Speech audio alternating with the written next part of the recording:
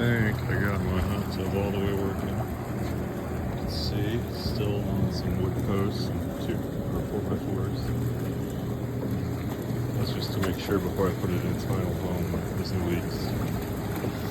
I did have it up on its side, so that's how it got on this. Anyways, this is what I just got finished doing. I'm working on this motor massage. There's a little jet in there that goes up and down. It's supposed to massage your back. Over here we got some controls. So that controls the shoulder. This controls this jet over here. So now the only jet that should be going is motor massage. This was all dried out from all the pouring. It wasn't going up and down. So what I did, you should be able to see it move. I just turned the air off on it. See that? Yeah. It goes up and down. There's no cover on it right now. That's inside. I just got this done. What I did is I replaced all the tubing that had dried out and rigid with some elastic tubing I found on Amazon.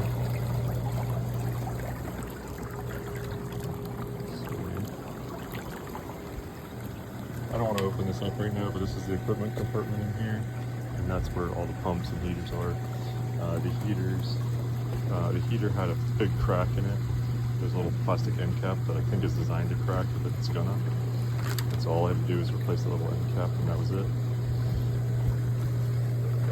Over here, this is the project. Oh, this is where I spent all my time. All this. So any of this white plumbing and these glue joints, that's all me. I had a heck of a time. First, when I came in here, all of this was completely cracked. All froze, cracked, not savable at all. So first, I pretty much replaced. Okay, don't look at that. That's horrible. But from here, all here, and I got that working. I was able to fire up the tub at that point, and it was working. But unfortunately, there was still a leak in the original diverter valve here. Controls, jets and all that. Not really supposed to change that while it's on. But, anyways, I put a little union here because the space is so tight you can't get anything in there. You can see I really globbed the glue on. And, I just was not going to have any leaks. It's too hard to undo all this stuff. So, yeah, a lot of time. Getting all these parts like this. This isn't just a T. This is a special piece that you have to get from the manufacturer. This is where the little converter thing sits in. So it's got to be factory unless you want to replace it. But it's different. This manifold here, I can't just cut this single piece out and not take this off. So this had to come out too. I had to replace it. This is the solution I came up with. There's actually 3 pipes in here. It's for these 3 jets on the side here. I ordered a kit off a guy I saw on YouTube what he had. And I kind of think I probably would have been just better off using just straight PVC. Just rigid 3/4 inch PVC there. But anyways, I was afraid there's a lot of pressure in here.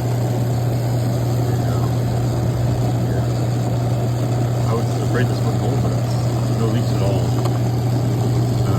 I did have no leak after I set this up originally. It was coming out the top of this diverter valve, but I repositioned the O-rings and put a lot of silicone grease on them, and now it seems to be leaking. But yeah, this is a huge project. I'm probably 2 months in. I've never done anything with a hot tub before, so it's a very kind of a fun learning experience. I replaced some of this wood here too. There's all sorts of braces and stuff here. And we're just in my way, so I took them out. But so far, no leaks. This is the first time this hot tub has ever been leak-free since I've owned it. And I have reason to believe this hot tub hasn't run since at least 2016. we found some of the old pool chemicals, and the test strips, they expire. And we found the expiration date on those test strips was 2016.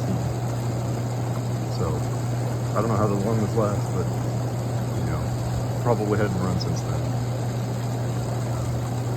Yeah, I can actually shake something first.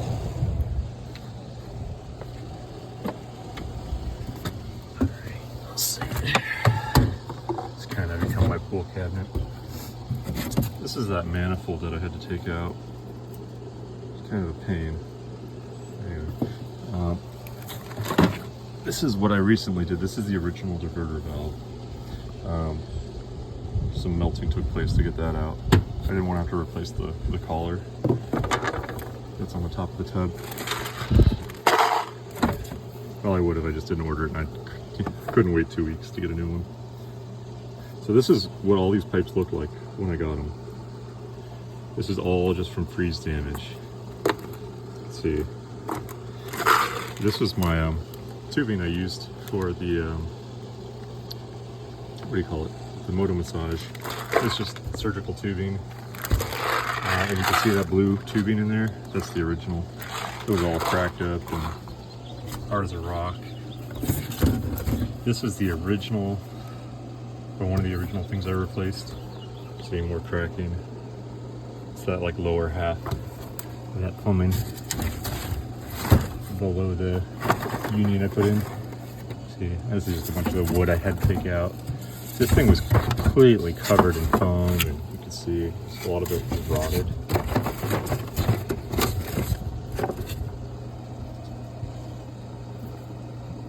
Oh, you know what? This is the drain that was on the bottom of the tub. This is the whole reason I had to flip it, was to cut this out.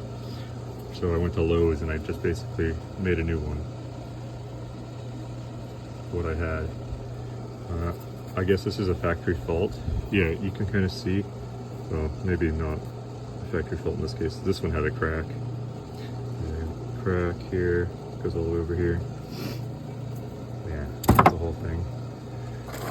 I replaced some of the jets too. These little jets have little ball bearings in them. We were out there soaking in the tub when I was just getting it going, and the ball bearings were just, we tried to adjust it, I think is what we did. And I wasn't sure if they were adjustable or not, so I was tugging on them a little bit, and it didn't take much, and they just ball bearings all over the bottom of the tub. So that's kind of where I'm at. Got all my chemicals. They gave us all the, or this is all the original chemicals, even the original manual. But some of these, I don't know. I'm not sure if I can trust them.